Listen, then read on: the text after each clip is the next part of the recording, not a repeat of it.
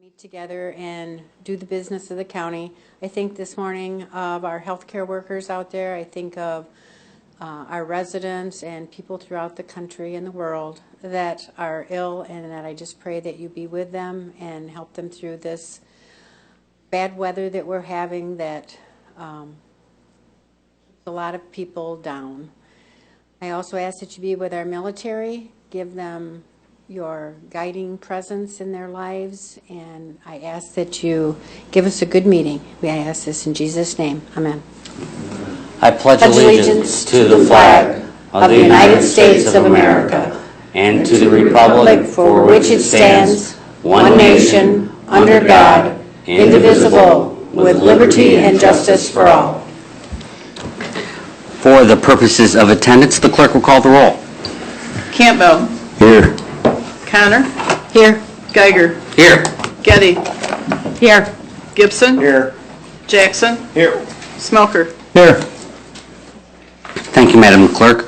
Approval of written agenda. At this time, any commissioner or member of the public may ask for an item to be removed from the consent agenda and placed under items for consideration. Hearing no such request, does any member of the board wish to change the agenda as written? Hearing no such request, and without objection, the agenda is approved as written. Reports from state and county officers. Does any state or county officer or their representative have a report to share with the board?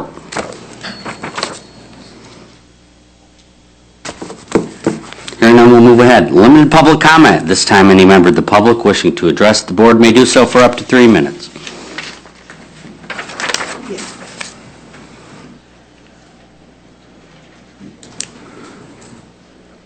Good morning, Ted DeVries, Prairieville Township. A couple of things. I know the next couple of weeks, I believe you're going to be discussing more about the ARP funds with the committee.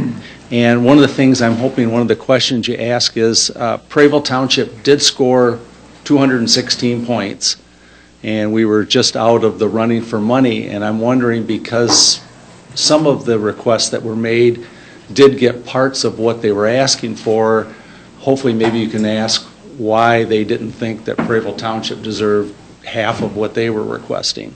So I'm hoping that's a question that you do ask.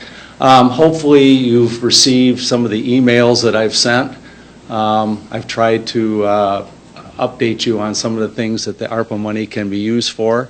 Also, I just received some of the final the new ARPA final rule release by the U.S. Department of Treasury was just done, and I did send that out. Michael, I appreciate you getting back with me that you did receive it, so thank you. A couple of things. I know you're going to be discussing evening meetings. When I tried that at Prairieville Township for our budget workshops, it was people had asked the same thing. They said, you know, we can't come during the day. We usually had ours at 10 o'clock. We can't come to those, do it at night. I said, okay, we'll schedule our budget workshops at night. Nobody came. So I understand, you know, it's hard for you guys to, you know, to try to switch it up and move. So anyway, just some thoughts about what happened at Prairieville Township. We have our meeting tomorrow night. We have our road commission meeting tomorrow during the day. So I'm getting a lot of good practice getting up here to Hastings.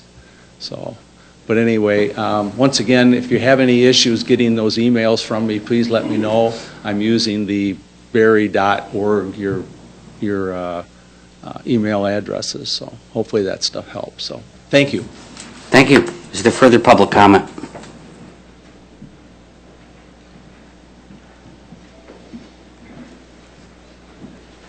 Good morning. Joel Ibbotson, Rutland Township. You want to start that clock? It is start. It says 2 minutes and 53 seconds. Oh, it goes inverse. That's nice. Okay, Joel Ibbotson, Rutland Township. You guys, well, I should say, Mr. Chair Ben Geiger, you know how to kick a sleeping bear, because I haven't been here in a while. I determined a while ago that it was a complete and utter waste of my time to address this board. You told Mr. Chuck Hertzler last week that he had to address the chair. By what rule? In the bylaws, Michigan law, statutory law? Where do you come up with that? So, in the words of President Harry S. Truman, as I explained at the forum last week, never kick a fresh turd on a hot day. And with that said, I will be addressing my comments to the chair. Everyone here, I want you to understand Attorney General Opinion 5183, you can look this up, longest serving state's attorney general in Michigan's history, Frank Kelly, happened to be a Democrat, fierce advocate for consumer protection, amongst many other things. He stated the 3 things which can be limited by rule are 1, the amount of time a person may speak, 2, the place on the agenda where the person may speak, and 3, the requirement that the speaker identify himself or herself. You can look in Dana Nessel's book. A lot of boards today require you put in an address as a part of your participation. That is against the law. That is illegal. I'm not here to talk about ARPA funds. I've got a mouthful, but I'm not going to speak to any of that. I want to make sure that this board upholds their right and respects the people, because something else is quite convenient. They can hit the stop record button on that live stream as soon as something is said that they don't like. But what we're doing now is we're recording it for ourselves. For example, I don't know what commissioner it was, but one of them said, great, another wasted meeting. Well, when they were elected, the Open Meetings Act was in act back in, 1973 or 8, I can't remember. 76. It has been their duty to listen to us, and if they don't want to fulfill their duty, then it's time to elect new people.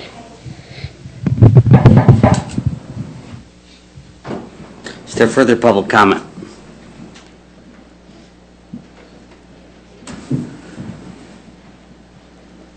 Hello, Chuck Hertzler, Hasty City. You people were elected to represent the people and make the hard decisions that we either don't have the time for or don't want to do. And one of those things is the county jail. What's happened with the county jail? This was a big issue. We had a big vote on it and everything else. We had all these forum meetings with Tower Pinkster where we got to ask questions and get answers, unlike the forum that you had about the ARPA funds. And yet, because it got turned down, what has been done since? What has anybody put into work to start doing any funding for the new jail? Have we said, okay, let's treat this like a unfunded liability? We got a liability here, we got to build a jail. Maybe we set $1 million a year aside in a bank account and start drawing interest on it. And start getting the money around for building the jail. Has anybody done anything like that? Come up with a 5 or 10 year plan. We hear nothing from you guys about anything about it, but I know sooner or later you're going to hit us up again for another millage to build a jail. Let's use the money that we have now. Maybe we have to make hard decisions with some of the groups that we give money to. Maybe we have to cut back on somebody's salaries or something a little bit. Let's deal with the money that the people have now, because look at the way that everything is, cost of living is going up and everything for the people here, and then we're going to want to do another millage and increase taxes. Why can't we do like the state of Michigan? They took their ARPA money and they gave it to certain groups and stuff, but then they withheld the money that the state would normally have given them that equals the same amount and used that for other purposes. Could we not do the same thing? Give groups and stuff that ARPA money that we can rightly do according to the rules and regulations, but then the money we would normally give them, we put into a fund to build the jail. So we could end up with $12 million in a fund to start the jail fund. And yet the ARPA money would still be distributed the way it was supposed to be distributed. You guys bring in a committee. You didn't even bring in a committee. The committee came for you saying, hey, let us do this for you. Let us tell you how to spend that money. And you guys gladly accepted it. I don't understand that. You didn't, I don't understand it. I just don't understand it. How come you guys won't do the job you were elected to do? If this is our money and what we're supposed to do with it, you let some committee from outside come forward and say, let us tell you how to spend the money. You know, it doesn't make sense. It really don't. I think you guys really need to start doing something better for the people of this county, for the citizens of this county, instead of trying to raise our taxes to pay for something that we already know we have, and start using this monies and other monies, make some hard decisions, make some hard cuts. That's what you're elected for. Just like you have to do with unfunded liabilities, same thing for the jail. I'm almost out of time, thank you. Is there further public comment?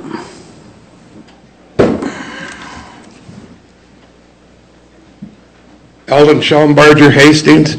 What I find appalling is that this board can find the sheriff's budget and other budgets in limbo or cut it.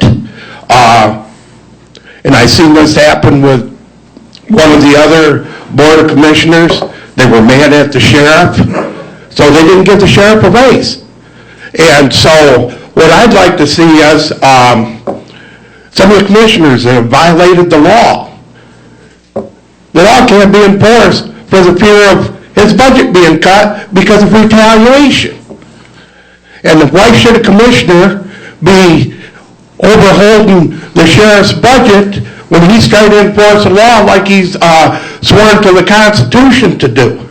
And I would like to see that those who violate the law, I don't care what part of government entity you are, you should be arrested if you broke the law. And the prosecutor should uphold that law as well, and you should be prosecuted because you broke the law. Any ordinary citizen out here, if they broke the law, they would be arrested.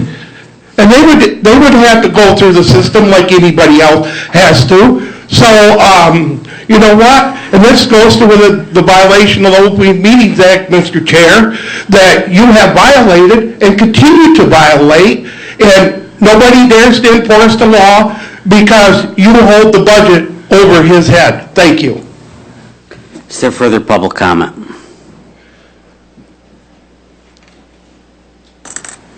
Hearing none, we'll move ahead. Various correspondence. Does any commissioner have any correspondence to share with the board?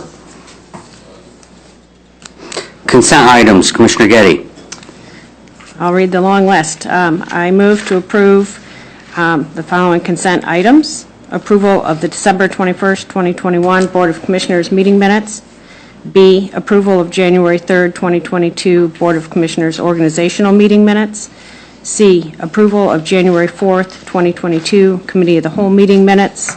D, approval to reauthorize funds approved in the 2021 capital budget to the 2022 capital budget and authorize expenditure of $41,500 to replace the Emergency Management Department's truck. E, approval of the attached sewer agreement amendment between the County of Berry, City of Hastings, and Hastings Charter Township, and to authorize the county administrator to sign it. F, approval to accept $10,000 from 270 Incorporated for the purpose of TNR.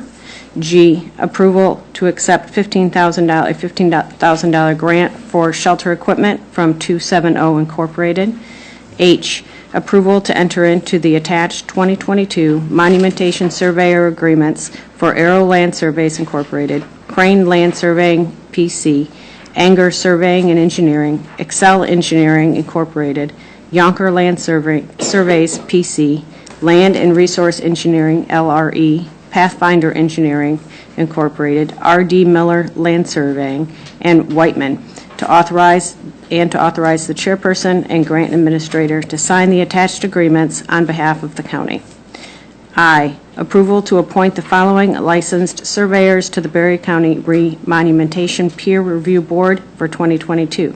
Stephen C. Kerber with Arrow Land Surveying Incorporated, Michael P. Pratt with Crane Land Surveying PC, Cameron Reed Lear with Excel Engineering Incorporated, Randall J. Yonker with Yonker Land Surveying PC, Rodney Lee Bredeweg with Land and Resource Engineering LRE, Cynthia M. Kotster with Pathfinder Engineering Incorporated, Ryan Miller with R.D. Miller Land Surveying, and to authorize the chairperson to sign the attached 2022 agreements for peer review services on behalf of the county.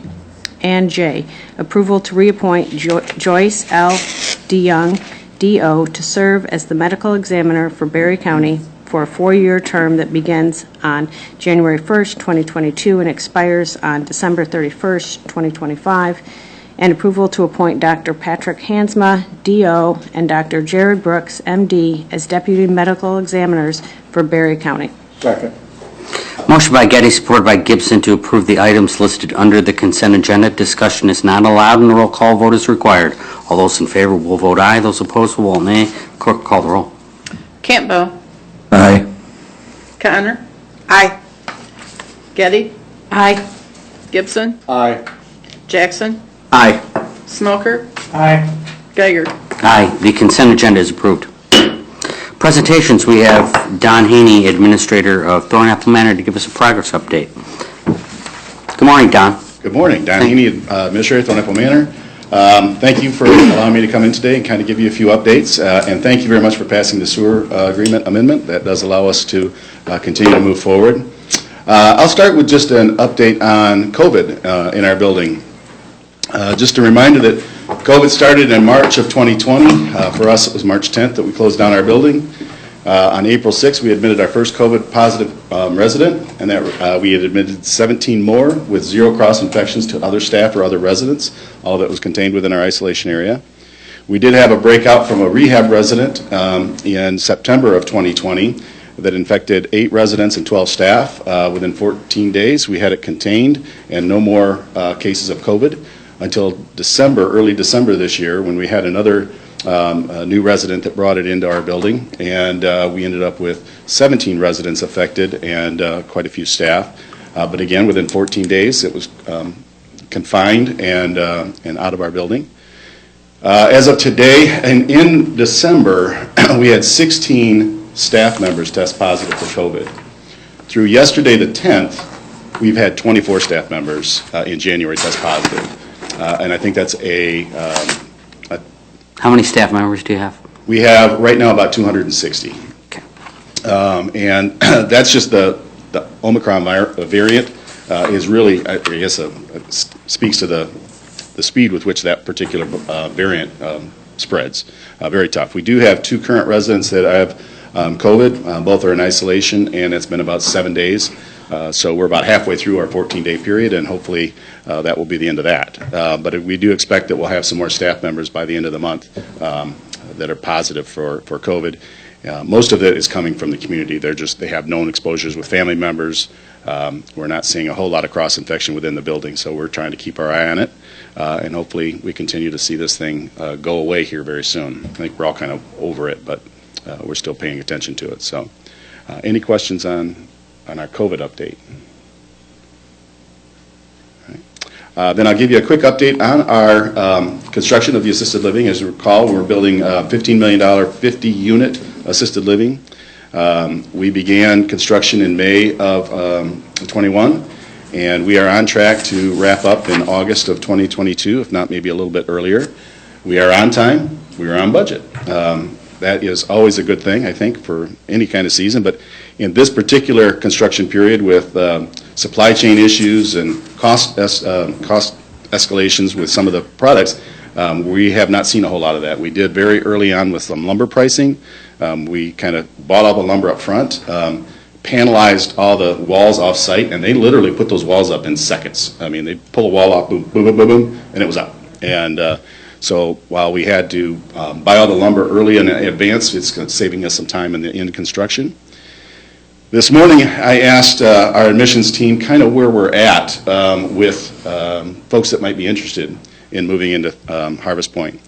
Again, 50 units. We have 48 names on the list to call. Mind you, we've done no marketing. We don't even have our marketing material finished. I approved the final draft last week, and so we're going to go to the printer and have that wrapped up pretty quick. They have lots of questions about pricing and room selection and floor plans and that type of thing. So whether we see all 48 of those folks move in or not, I don't know. But we're kind of looking pretty good given the fact that we haven't done any marketing and feeling pretty good about it. Because the concern for me, and I'm sure the concern for all of you with putting the money out, is if we build it, will they come? And it appears that that's not going to be a problem. So we'll start probably marketing. And we've had some marketing stuff in the papers just as our normal stuff, but we'll start heavily marketing it probably here in the next month or two. So, How will you go about determining who gets placed in the facility? they'll all get a clinical evaluation to see if they meet criteria to come into the building.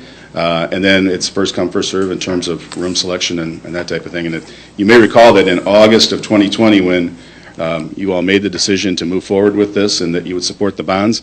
The next morning, after it was in the paper, we got a call with the first individual saying, I want my name on the list. I know it's 2 years out, but I want my name on the list. So we've been collecting names ever since. Questions or comments from commissioners? Who do you want to move in? Sure. Get your name in. How many requests have you had for the units yet? We have 48 names on the list right now. So now, again, whether all of them will move in or not, we don't know, but we certainly have. That's a pretty good chunk of folks that are interested, at least, in moving in. Do you know when you'll have a cost as what it's going to cost? We finished our budget and had it approved in December, so we got our pricing. We're just trying to get it all together with our marketing material. The problem with sharing pricing with folks ahead of doing any kind of clinical assessment is there's a base rate for room and board, and then there's level 1, level 2, level 3, and level 4 for care needs. So folks, are automatically paying level room and board plus level 1, otherwise they wouldn't be qualified to be in the building. But if they're a level 1 or a level 2 or a level 3, then the prices escalate because that just means that they need more attention from the staff. So the price goes up a little bit. So we have to evaluate each particular admission one by one individually and to see where they're kind of at with what their needs are. Thank you. Commissioner Smelker, did you have some? Anything? Questions? Thank you. Commissioner Getty? Are you concerned about staffing the facility, considering staffing shortages? Yeah, very concerned. That is, right now I'm hoping that we will be able to get some staff that we can open at least half the building in August. We'll see. Having said that, in January we've seen more applications in that first 10 days than we saw in all of December. So we're starting to see a little bit of an uptick in folks that are applying for jobs, which is a good thing. I'd like to see a lot more. We are down a number of staff in our main building. In fact, in the main building, Whispering Way is a 27-bed neighborhood, I believe, and it's closed because I don't have staff to staff it. So unfortunately, right when hospitals need us the most to take discharges, we're handcuffed because we don't have the staff to do that. So staffing is a big concern, absolutely. Thank you. Commissioner Campbell? I'd just like to say, hi, Don. I do serve on the board with Don and them, and like everything else, since I've become a commissioner, it's been a real eye-opener. So many things take place over there that we don't see, that these guys just do an amazing job over there, and to deal with all the challenges of COVID and everything. It's just amazing to have that, and we're blessed as a county to have them in our county. So I think it's just amazing what they do over there. Thank you. Commissioner Jackson? Yeah, good morning, Don. Great report. Berry County residents are giving preference when these 50 units are available? Absolutely. Okay. Thank you. Mm-hmm. Vice Chair Connor? Thank you. Thanks for all you do and for bringing this project, to fruition, or will be shortly. Catherine asked my question because I was concerned about staffing, so thanks for hanging in there and beating the bushes. I do have a question now. How many people do you think to staff the new park would fully staff it? We were anticipating somewhere between 40 and 50, depending on the number of full-time and part-time staff, so somewhere in that neighborhood. And to give you an idea, we're down 60 staff at the main building right now. Down 60, and you need 40 or 50 more. Yeah, and I need 40 to 50 more. That's all I got. Thanks. Where can people get more information if they're interested in applying? They can give us a call. They can apply at our website online, thornapplemanor.com. Our application is right online, and they can fill it out, and we'll have it in seconds. Great. I have no questions. Thank you, Don. I just want to give a shout-out to the team at Thornapple Manor. We are a good family, and they are doing an amazing job. Thank you, everyone. I can't speak more highly of our team and the dedication and the passion that they have for our residents and the care that they provide. So, thank you, Don. It's all about them, so thank you. All right. Moving ahead. Public hearings, we have none. Items for consideration. I move for the approval of transfers and disbursements. Item A, approval of prepaid invoices in the amount of $453,240.17. Is there support? Support. Motion by Jackson, support by Gibson for the approval of transfers and disbursements or approval of prepaid invoices in the amount of $4,453,240.17. Is there discussion? Hearing none, the clerk will call the roll. Connor. Aye. Getty. Aye.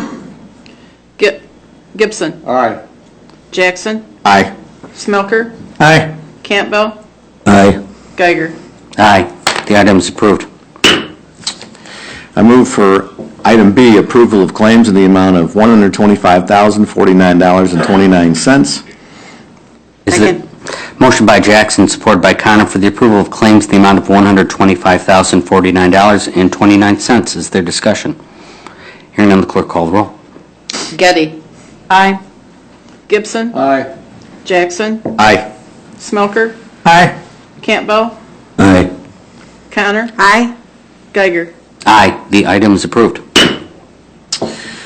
I move for approval of item C, approval of commissioner reimbursement mileage in the amount of $624.96. Motion by Jackson, supported by Smelker for the approval of commissioner reimbursement mileage in the amount of $624.96. Is there discussion? Hearing none, the clerk will call the roll. Gibson, Aye. Jackson, Aye. Smelker, Aye. Campbell, Aye. Connor, Aye. Getty, Aye. Geiger. Aye. The item is approved. Moving ahead, unfinished business, I want to continue the discussion we had before on moving to night meetings. It's a topic that's important to each and every one of us and each and every one of our constituents. It's also a very big issue for our county operations. So before I give my thoughts and share how we'd like to proceed, I'd like to hear from each member of the board what your thoughts are, what the merits of night meetings are, what you see the benefits, what the downsides are. And I know there are some people in the audience that have asked to weigh in on this. So after each commissioner has had their time, we'll open it to the public to make some comments. So who wants to go first? Vivian, what do you think about night meetings?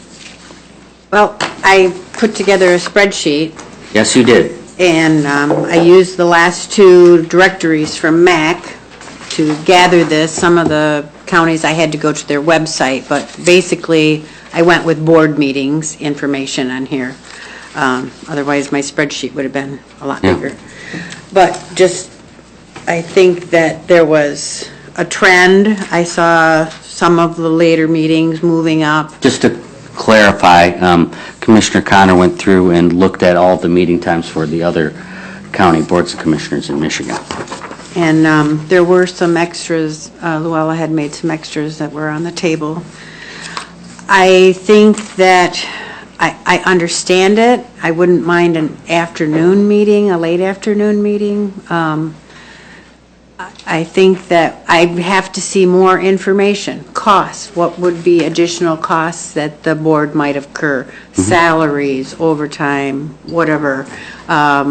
What are some of our other people that we have that come in, Don, like he just gave a presentation, and some of our other drain commissioner, those people, what would be the impact on them of having to do business after hours?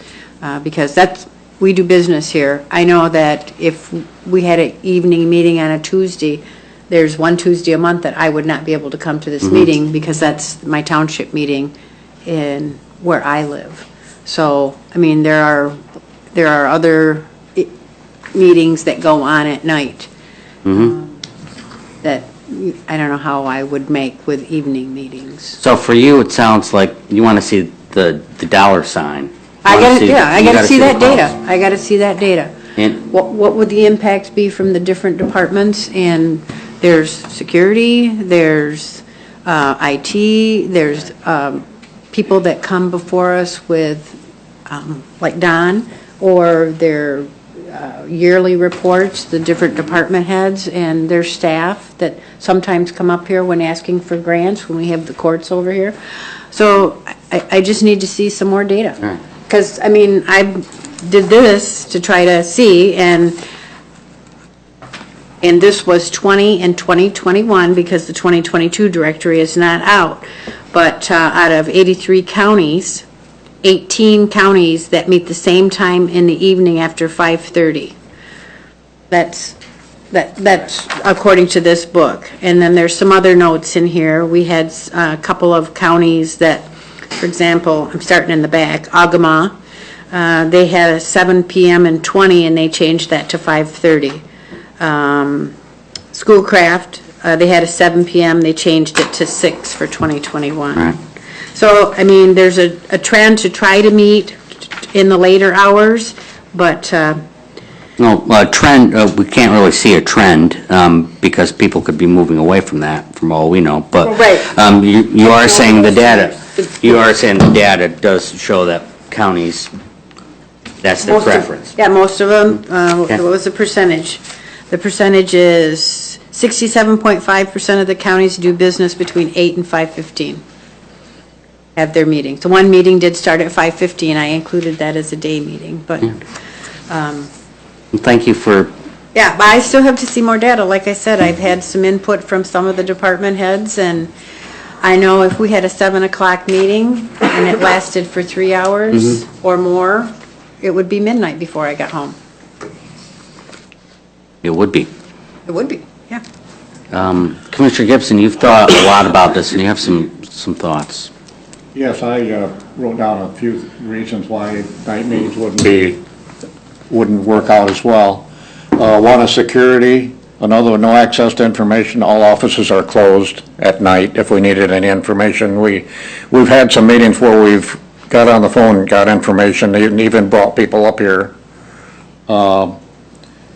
Some of the county employees that would have to come at night meetings, there's no extra compensation for some of them. It interferes with township meetings. My township has never mentioned anything about us having night meetings. Right.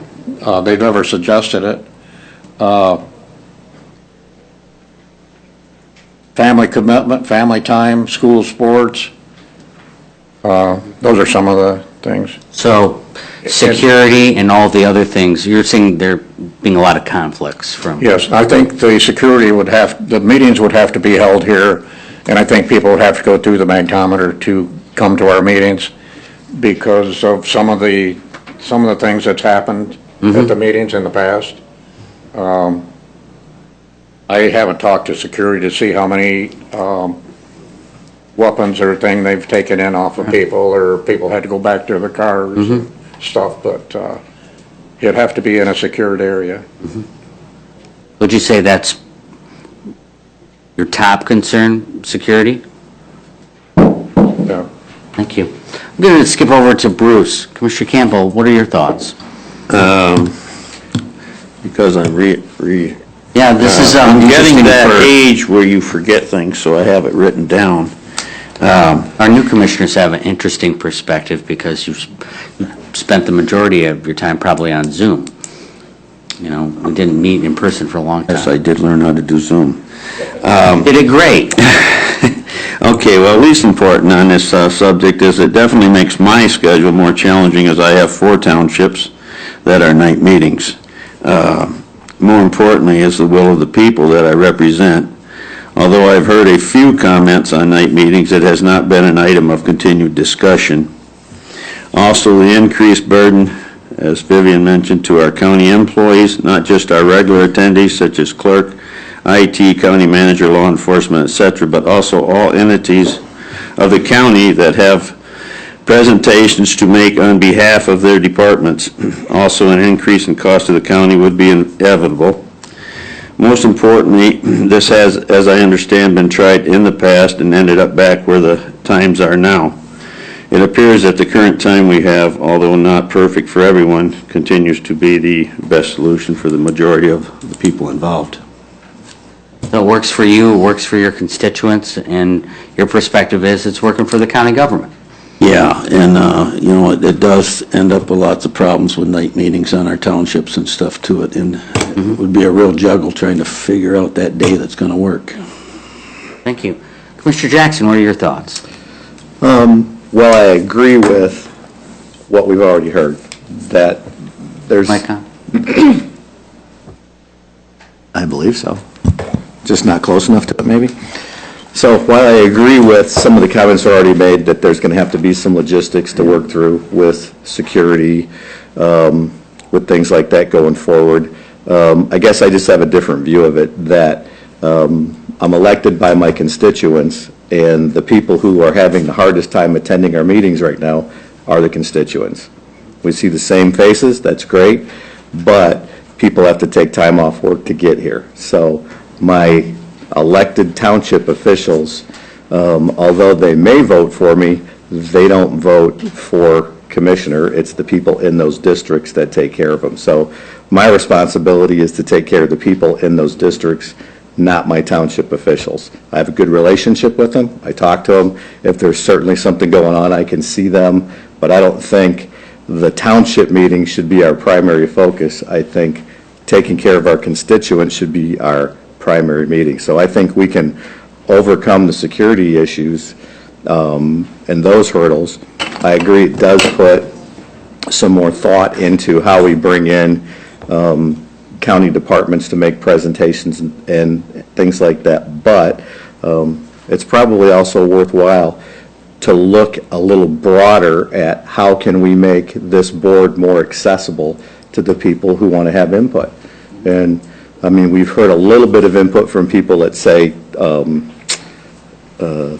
Ms. Foster, sent an email saying, I don't know if I think you got that one too, that they would appreciate night meetings because they just can't participate even watching them online during the day.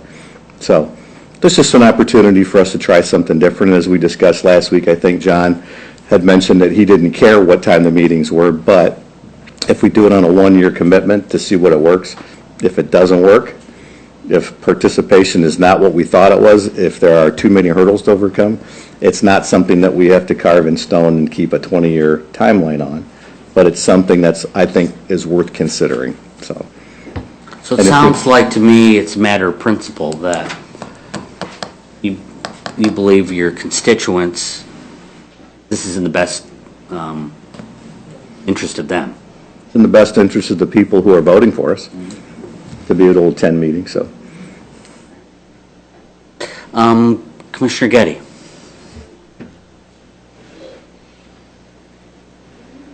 I think those are, I mean, this is it's a complicated issue. I mean, we're not going to satisfy everyone. I think that Vivian brings up a very good point with conflicts to be able to attend our township and for me a village meeting.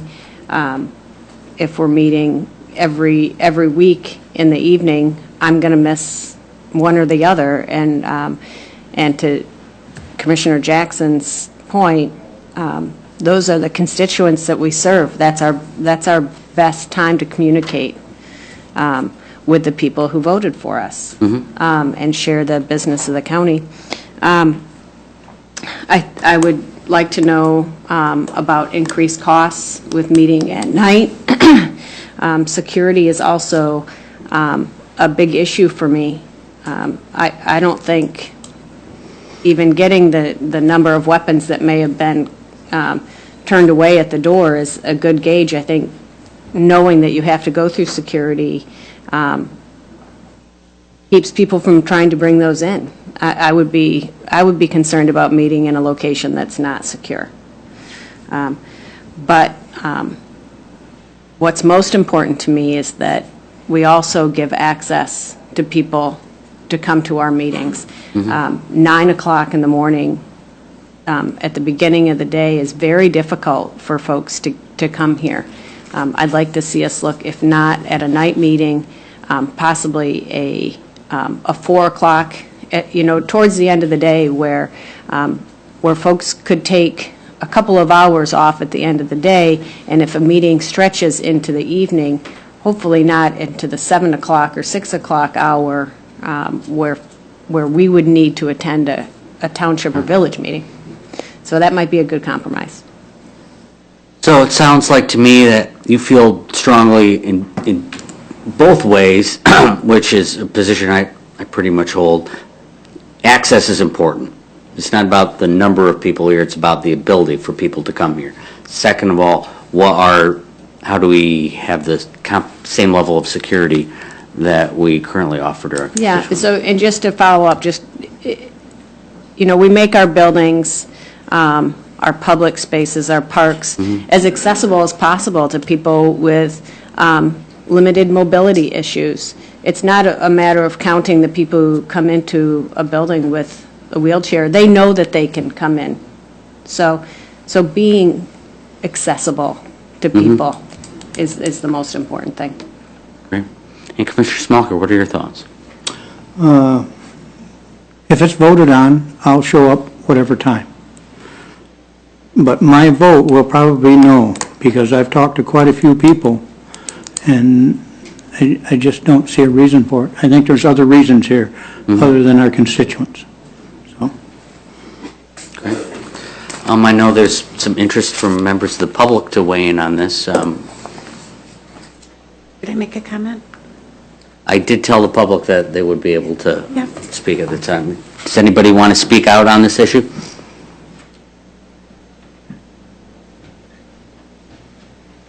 Eldon Schellenbarger, yes. I've been to, years ago, this was the same issue about people who worked, couldn't show up, and I've been to some of those meetings when they've had them in the past with past commissioners, and they came up with a plan. You don't have to hold it every commission meeting at night every week.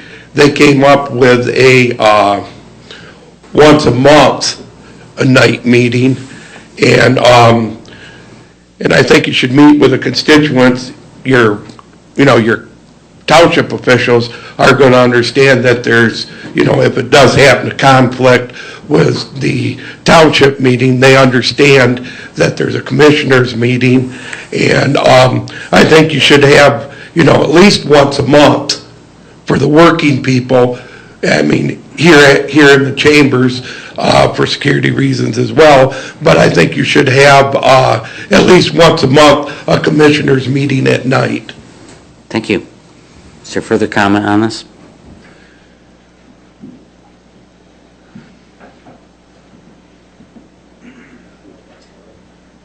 I agree with Sheldon about the once a month meeting. I think that'd be Eldon. Or Eldon, Sheldon, Eldon. But with the once a month meeting and stuff, because I think it would make sense. It'd be a nice compromise for everybody. So 3 times a month you meet up here and 1 time.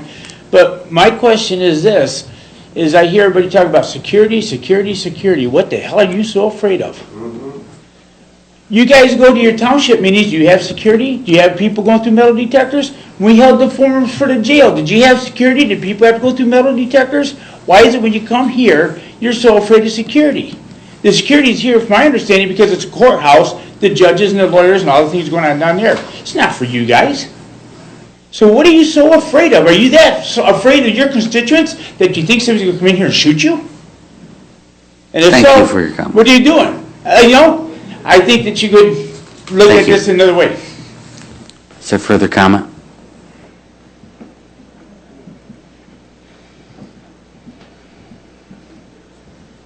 Simply put, I'll third Eldon. Thank you. Is there further comment?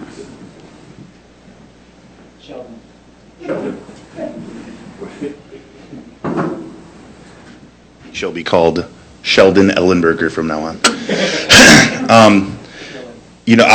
Since I found out and started coming to these meetings, I was surprised that you guys met in the mornings. I've not, I've gone to a lot of different community meetings.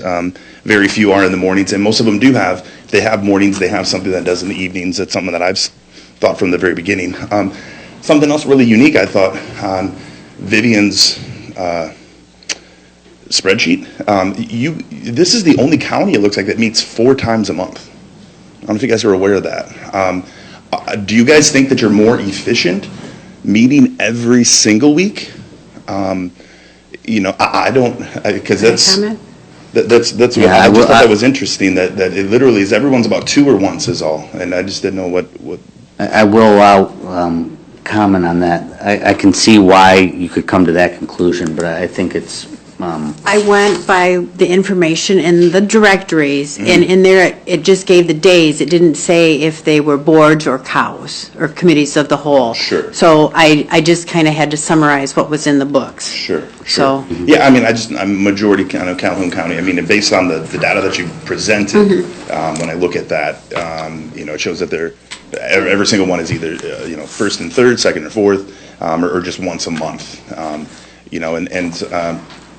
Yeah, I think that again, it leads to all the things that I've been coming and saying repeatedly, is that it does increase your openness to have it at a time where, a lot of the people are working right now. It's just the general kind of thing. Just to give an opportunity once a month. Since you guys do meet 4 times, if you don't want to change that, yeah, make it once a month. So, all right. Thank you.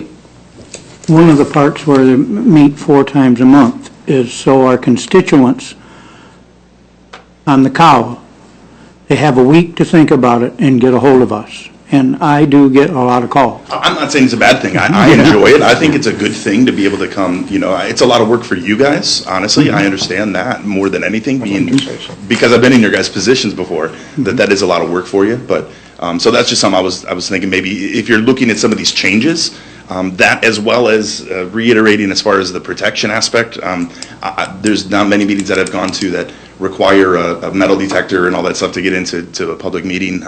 You do have posse members and other members here. We're not here for ill will for you guys. We're here to see some things done good for the community. That's all. And so I think maybe there's some major changes you could do for this meeting time, the venue, and maybe even the frequency. So thank you. Thank you.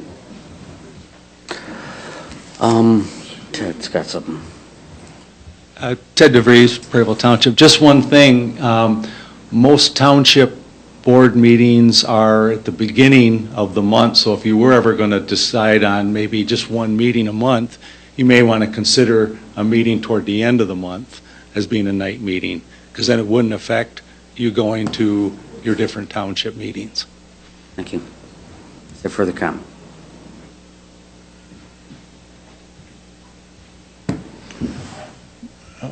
Too much experience going to meetings both morning and evening. It's been my experience that the evening meetings typically don't have much more attendance than what we see here. However, having said that, because we're hearing about, if you move it, they will come type of phrase, I would recommend that we, for a short period of time, we do try evening meetings, maybe on an alternating basis, and see if that does improve the attendance. If it doesn't improve the attendance, go back to your normal schedule. So. Thank you. Commissioner Gibson, you had. I don't have any statistics, but I understand there could be some counties that have two meetings a month instead of the 4. Mm-hmm. We tried night meetings about 8 years ago, and there was nobody showed up. Just the township officials were at those meetings. Mm-hmm. We even went to their locations. We were at Orangeville Township for a meeting. The only ones who were there were the board of officers. We went to the area where the people live, and people didn't show up unless they had something that they really wanted to talk about. Just they didn't work out. I'm not saying they wouldn't now, but that was about 8 years ago. Yeah, I think attendance is a poor metric to gauge efficiency of meetings on. It's about access and it's about the ability. So if we're wanting to get a good if you want a lot of people at a meeting, hell, we've had 300-400 people here last year, and I don't think that's any barometer or any playbook of having productive meetings. So it's about the people's ability to petition and contact their government. John, you had something. I was just going to say, it could have been more than 8 years ago since I come on in 12. I don't think we've had special night meetings, but never a scheduled night meeting. Yeah. Vivian. One of the comments that I wanted to make before the public started speaking was exactly that. I know that people like consistency so that they meet here every Tuesday at 9 o'clock, but I agree, we could have especially board meetings don't tend to take as long as cows do. We could have a board meeting one a month. Mm-hmm. Right. I have to admit that the last one of the month would work best for my townships. Well, yeah, for my townships too. So this is my thought on how we proceed. But I still don't have the data on costs. We don't have data. So we really have, if we want to have night meetings, we have three options. Option one is we start the process of moving to night meetings. It's a monumental shift internally for the county departments because all of our claims, all of our bills, meeting records, meeting preparation, agenda requests, it's all working behind the scenes that's set up for meetings on Tuesday mornings. If the board wants to move to night meetings, I think we have to decide on three principles. Number one has to be in a consistent time and place. Number two has to have a comparable level of security. Number three, it has to have minimal impact on municipal meetings. That might not be possible, but those are the three keys to a successful night meeting. Consistent, comparable level of security, and a minimal impact on township meetings or municipal meetings. I don't know if it is possible, like I said, but that's option one. Investigate to see if that can be done. Option two is we just have more night meetings. We become more strategic on the issues that we discuss during the day, and we save some issues for the public by having a night meeting.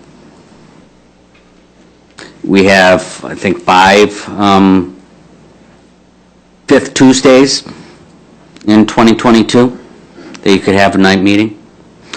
This strategy has been successful in the past, like we've had the ORV forum and the Toast Review meeting.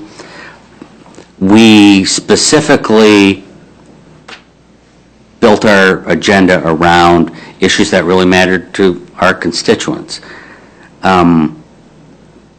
As much as our public is engaged, I don't think, hiring the deputy medical examiner is a pressing issue to most folks in Berry County. A lot of calls on. Yeah? Just wanted to know that. No I was way. surprised, yeah. No way. Erroneous. Wrong number. So, It wasn't. if we want to go to have more night meetings, we should have content that the people can engage in. And option three is you just let the next board decide. There will have to be changes to this room because we're going to have to add a commissioner desk. We're going to have to change up committees. So you just let the next board decide how and when they want to meet. So that, in summary, that's kind of where I see it. If we're going to go to night meetings, we're going to do it right.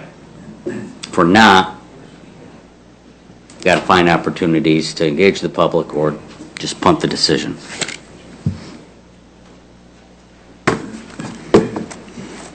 I'm not asking the board to make a decision today. It's just something to think about. We'll continue this discussion at our next Board of Commissioners meeting. Okay. Sound good? Yes. Sound good, everybody? All right. If there's no objection, the board will take a 5-minute or 10. 5's fine. 5-minute recess. Hearing no objection, the board is at recess.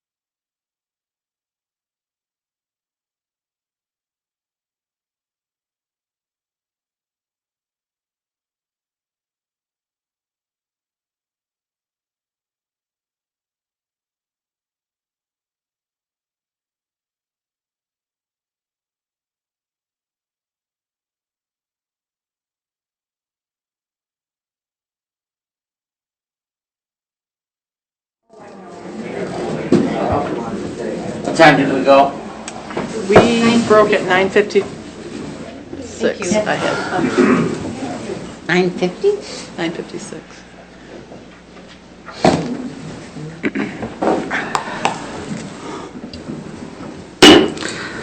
The committee will come to order.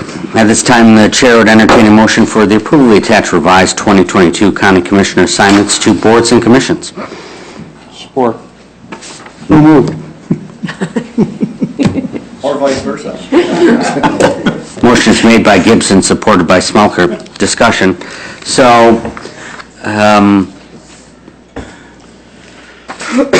we all ran for office because we want to serve and see positive changes in the community and to be good stewards of the resources and the responsibilities that we've been entrusted. And there are 7 of us and lots of responsibilities. And after listening to our members of the Board of Health, I decided to make a change reluctantly and replace our 2 other members on the Board of Health besides myself, John Smelker and David Jackson, with Commissioner Getty and Commissioner Campbell. This isn't punishment throwing anybody off. This is a request. And I'll let you guys speak on why you'd like to step off the Board of Health. I spoke with you, Ben, and said that if you wanted to or could, you could take me off. I felt that I was getting nothing done on there. And one thing I do think, and I've been on some boards quite a while, and I do believe that it's best for commissioners to be on different boards so you do learn the entire county. And I got to admit, being on the Stepping Up Committee for so long, we worked directly with mental health. I found I knew nothing about mental health. So I was very appreciative that Catherine gave me mental health so I could learn about it. So that was my choice. Great, thank you. Commissioner Jackson? Yeah, I've served on the health board for 7 years, almost 7 years. Great experience learning about things from that board that you will not pick up just from reading the paper or researching it. It's also one of the boards that has a lot of questions that's come before, the commissioners time and time again on why does the health board do this. I think it's good for more people on this commission to get more insight as to how that board works, what they work, what they spend money on, because a few of us have had that education over time, but more of us, I think, need that insight. So it's a department that's had a fairly consistent allocation of funds, around $450,000 a year, and that hasn't increased much over the 7 years I've been on the board, and I think when I pulled the statistics up, it's been pretty consistent over the last 10 years, which we can't say that for many departments, but it'll be good to get 2 new sets of eyeballs on that, to learn what they do, and I think John and Ben and I are we're here to mentor and help if you have any questions on the workings of that board, because it is a little more complicated as far as when you see the width and the depth of the things that are involved in the health board. There's a lot of information and a lot of education you'll get from being on there. It'll be helpful. Great. Any comments from our new Board of Health members? Well, the saying is old, I guess, but we all take these jobs because we want to serve our community, our county, our state, all our fellow people. So I've always told the chairman that whatever he thought would be a good position for me to go to or place to be, put me there. No questions asked. I'll do what I can and do the best I can at it. And I appreciate Dave and John, all the work they've done. And yes, you will get a lot of questions. Great. I think it's a good idea, like Commissioner Smelker pointed out, for us to have exposure to different boards. I think that's, it's easy to get into the comfort of familiarity in serving on the same boards, because there's a learning curve to, as Commissioner Campbell and I have definitely found out this year. So I think it's important for us to get exposure. It makes the commissioner's role in making decisions that much more informed. So I'm up for the challenge. It'll be a challenge. All right, any further discussion? Hearing none, the question before the board is approval of attached revised 2022 County Commissioner assignments to boards and commissions. The clerk will call the roll. Hold on, is there any discussion? Hearing none, the clerk will call the roll. Jackson. Aye. Smoker. Aye. Campbell. Aye. Connor. Aye.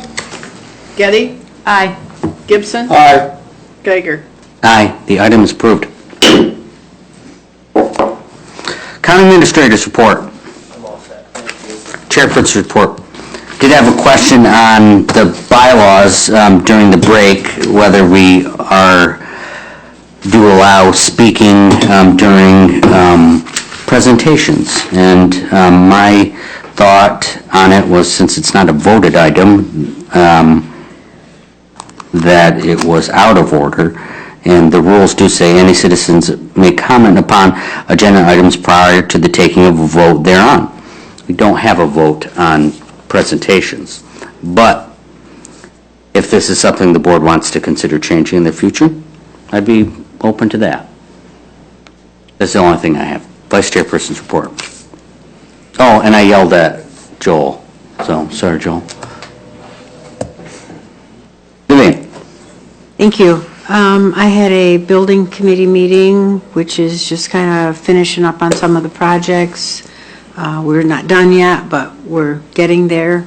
Orangeville, I attended their... Hold on, getting there, are we almost have friend of the court out of their current building? Let John talk about that. The last I knew, we was waiting on some warranty work on the furniture going into FOC. After that, we're ready to move. Am I right on that? But we still have some more court things going on. Yeah, we're working on the second floor on the magistrate's room. And then they'll move to the third floor. But we continue to move forward. Orangeville Township meeting last Wednesday. I mentioned the night meetings. There was no comments from anybody. Wasn't well attended. They also met with the Road Commission and had their annual meeting with the Road Commission on the status of Orangeville Township's road. We do have a millage. So that's all. That's the only thing I had last week. Great. Let's go into Commissioner reports. We'll start with Commissioner Getty. I attended Village of Middleville meetings. I attend the committee of the whole meeting, so when I attend, they're making recommendations, so I anticipate these items to pass. But a final plat approval for Seneca Ridge, final phase, which is, I Where's believe, Seneca Ridge? It's behind the old Charleston Heights. It's part of the town center development. So the town center development sort of wraps around to the west and to the south with single family. So this is the last single family phase. I think there are 24 lots in there, and to the north of Carveth Village. So as Sherman Street extends to the water tower there, that will all be improved, and then that project will be complete. And that's all single family homes.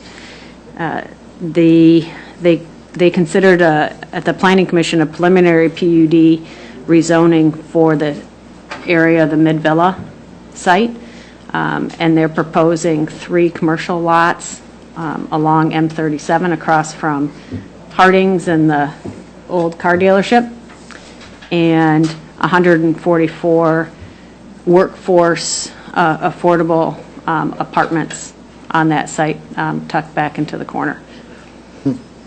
Okay. Thank you. Commissioner Campbell. Okay, well, I won't have a lot to report. We had a weather cancellation for our Conservation Easement Board, and also that canceled my Maple Grove Township meeting until this week, Wednesday, so this week's going to get very busy, but right now I have nothing. Commissioner Jackson. Yeah, we're just getting started. Economic Development Alliance is tomorrow morning, solid waste oversight's Friday morning, as well as some township meetings this week, so. Great. Commissioner Gibson. I'm all set. Commissioner Smelker. Attended Freeport and Carlton Center. Supervisor Carpenter is having some issues with the sewer in... Middle Lake. Yeah, Middle and East Lake. Thank you. And other than that, things are doing well. Great. Move ahead to limited public comment. At this time, any member of the public wishing to address the board may do so for up to 3 minutes.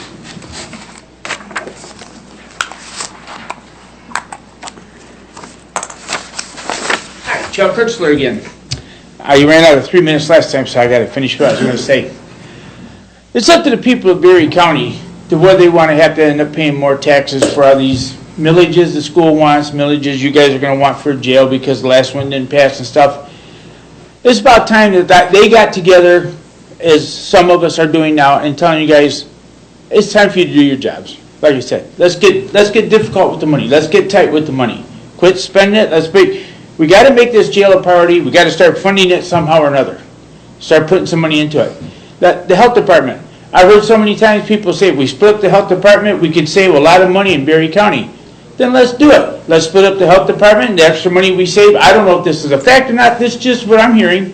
But take that extra money, put it into a build a jail fund. Let's get a fund started. Let's get something going. So if we do have to end up having a budget or a millage, it's not for $50 million.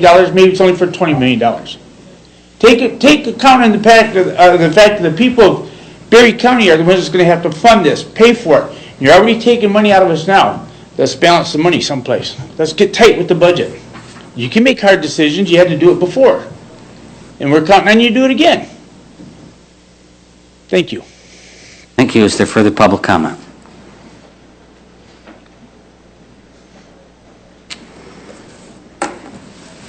Ted DeVries, Prairieville Township. One thing I'm hoping the board maybe will bring up at a future meeting is round 2 of the ARPA funds and exactly how all that's going to be handled.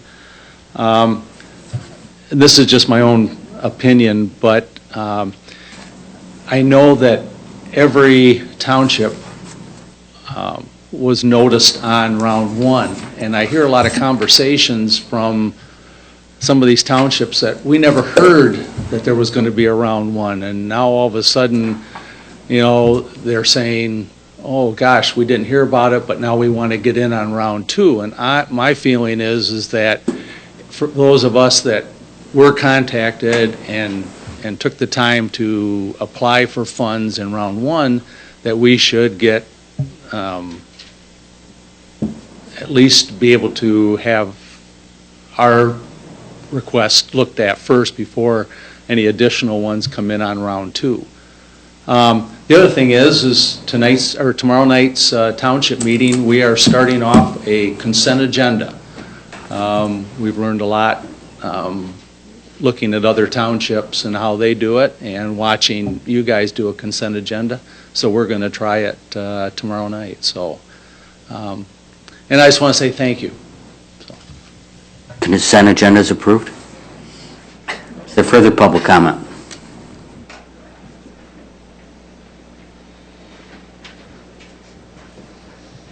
Good morning. Thank you for the opportunity to speak. I'm Rick Moore, a third-generation Hastings businessman and a third-generation Berry County citizen.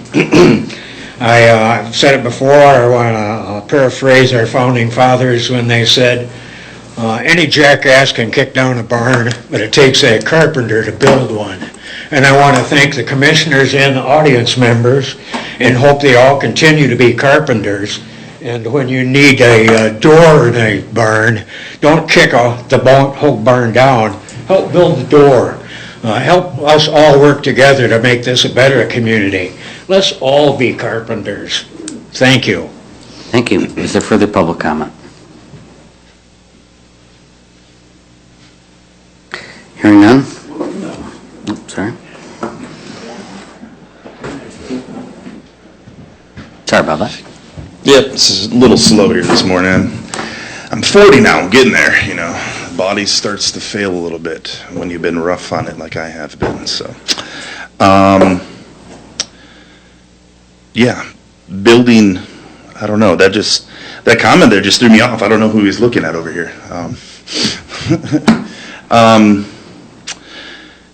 I'm still really kind of thrown off too by the whole fear by the board in having their meetings. Again, the security downstairs isn't to protect you all here. It's because of the courthouse that's here.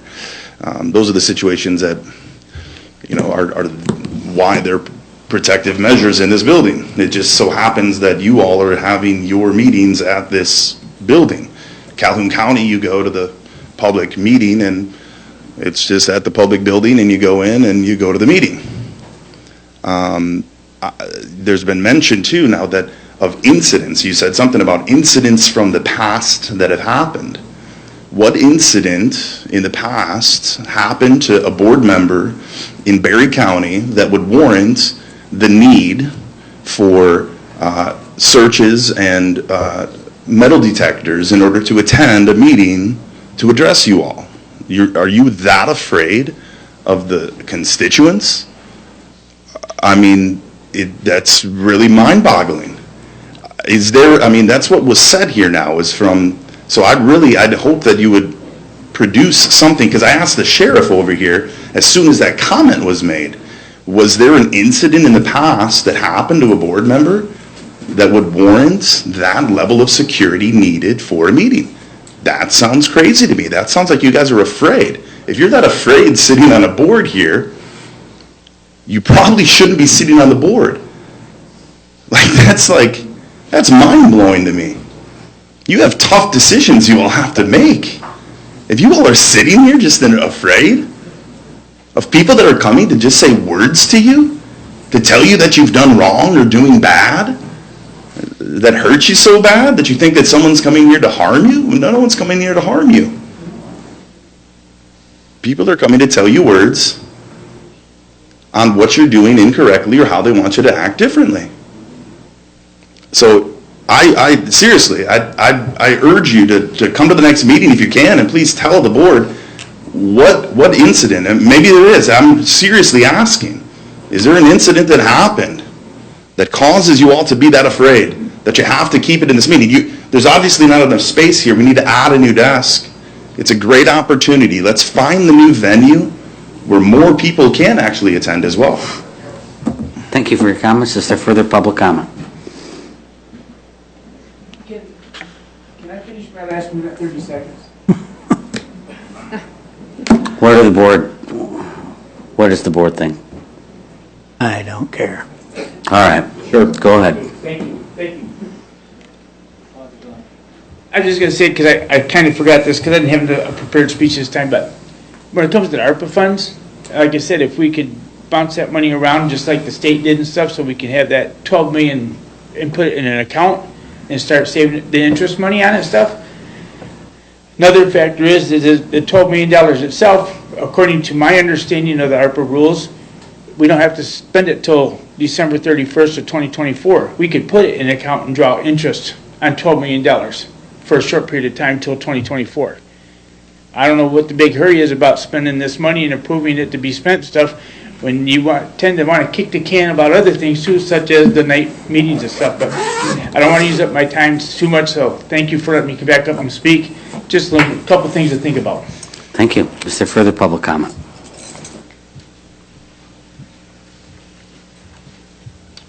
Larry Basker, Alta Township. A couple of points. Number one, and I'm going to flip-flop on this. You go to a commissioners meeting in Eaton County, or in the courthouse.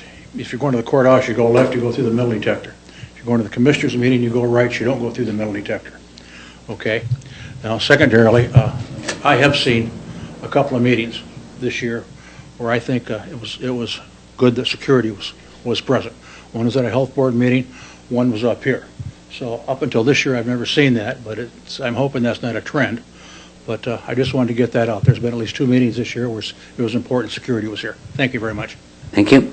Is there further public comment? Hearing no further public comment, we've reached the end of our agenda, and without objection, the board will now adjourn. If there's no objection, the board is adjourned.